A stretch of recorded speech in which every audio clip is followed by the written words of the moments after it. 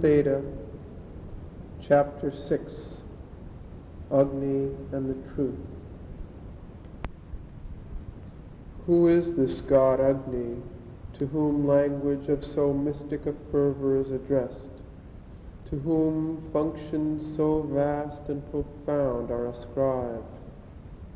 Who is this guardian of the truth, who is in his act its illumination, whose will in the act is the will of a seer, possessed of a divine wisdom, governing his richly varied inspiration?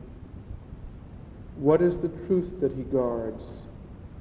And what is this good that he creates for the giver who comes always to him in thought, day and night, bearing as his sacrifice submission and self-surrender? Is it gold and horses and cattle that he brings? Or is it some diviner riches? It is not the sacrificial fire that is capable of these functions, nor can it be any material flame or principle of physical heat and light. Yet throughout, the symbol of the sacrificial fire is maintained. It is evident that we are in the presence of a mystic symbolism to which the fire, the sacrifice, the priest are only outward figures of a deeper teaching, and yet figures which it was thought necessary to maintain and to hold constantly in front. Agni in the Veda is always presented in the double aspect of force and light. He is the divine power that builds up the worlds, a power which acts always with a perfect knowledge, for it is knower of all births. It knows all manifestations or phenomena, or it possesses all forms and activities of divine wisdom. Moreover, it is repeatedly said that the gods have established Agni as the immortal immortals, the divine power in man, the energy of fulfillment through which they do their work in him. It is this work which is symbolized by the sacrifice. Psychologically, then, we may take Agni to be the divine will, perfectly inspired by divine wisdom, and indeed one with it, which is the active or effective power of the truth consciousness. This is the obvious sense of the word kavi kratuhu, he whose active will or power of effectivity is that of the seer. Works, that is to say, with the knowledge which comes by the truth consciousness, and in which there is no misapplication or error. Agni is satya, true in his being. Perfect possession of his own truth and the essential truth of things gives him the power to apply it perfectly in all act and movement of force. He has both the satyam and the ritam. Moreover, he is chitra shravastamaha. From the ritam there proceeds a fullness of richly luminous and varied inspirations which give the capacity for doing the perfect work. For all these are epithets of Agni as the Hotri, the priest of the sacrifice, he who performs the offering. Therefore, it is the power of Agni to apply the truth in the work, symbolized by the sacrifice, that makes him the object of human invocation. The importance of the sacrificial fire in the outward ritual corresponds to the importance of this inward force of unified light and power in the inward rite, by which there is a communication and interchange between the mortal and the immortal. All these epithets and images concerning Agni occur in the first Sukta of the first Mandala of the Rig Veda. There also is stated the condition of the effective sacrifice. It is the continual resort, day by day, in the night and in the light, of the thought in the human being with submission, adoration, self-surrender to the divine will and wisdom represented by Agni. Night and day are also symbolical, like all the other gods in the Veda, and the sense seems to be that in all states of consciousness, whether illumined or obscure, there must be a constant submission and reference of all activities to the divine control. No sacrifice is possible without Agni. He is at once the flame on the altar and the priest of the oblation. When man, awakened from his night, wills to offer his inner and outer activities to the gods of a truer and higher existence, and so to arise out of mortality into the far-off immortality, his goal and his desire, it is this flame of upward aspiring force and will that he must kindle. Into this fire he must cast the sacrifice. Agni is the leader of the sacrifice and protects it in the great journey against the powers of darkness.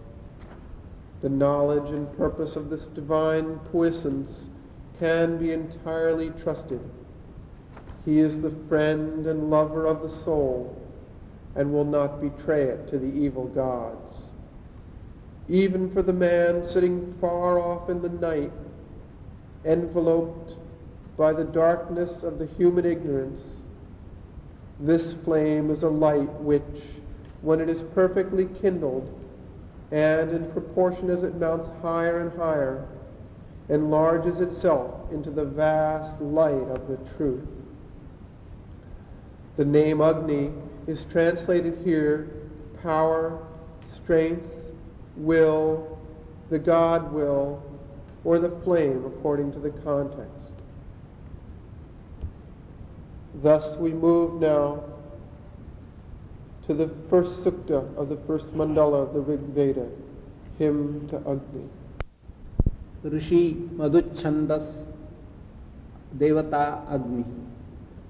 Om Agni Nile Purohitam Yajnasya Deva Mritvijam Hotaram Ratnadhatamam Agni Purve Bhirshi Bhiridyo Nutanai Ruta Sadevag Ehavakshati Agnina Raimashnavat Poshameva Dive Dive Yashasam Veeravattamam Agneyam Yajnamadhvaram Vishwatah Paribhurasi Sa Iddeveshu Gacchati Agnirhota Kavikratus Satyashchitrashravastamaha Devo Deve Bhiragamat Yadangadashushe Tvamagni Bhadrankareshyasi Tavet Tat Satyamangiraha Upatvagni Dive Dive Doshavastardhiya Vayam Namo Bharanta Emasi Rajantamadhvaranam Gopamritasya Didivim Vardhamanam Svedame Sanah Piteva Sunavegne Supayano Bhavo Sachasvana Svastaye Om Shanti Shanti Shanti. Rishi Madhuchandas Vaishvamitra Devata Agni. Om. I adore the flame, the vicar, the divine Ritwik of the sacrifice, the summoner who most founds the ecstasy. The flame adorable by the ancient sages is adorable too by the new. He brings here the gods.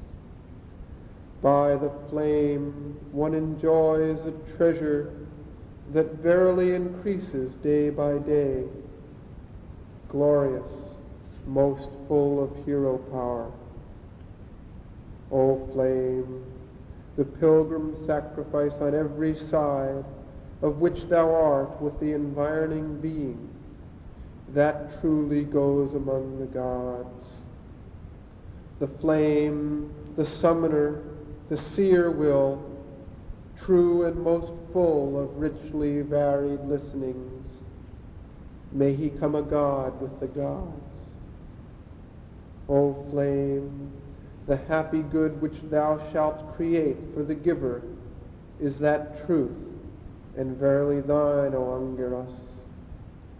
To thee, O flame, we day by day, in the night and in the light, come carrying by our thought the obeisance. To thee who reignest over our pilgrim sacrifices, luminous guardian of the truth, increasing in thy own home. Therefore be easy of access to us, as a father unto his son. Cling to us for our happy state. Om, peace, peace, peace.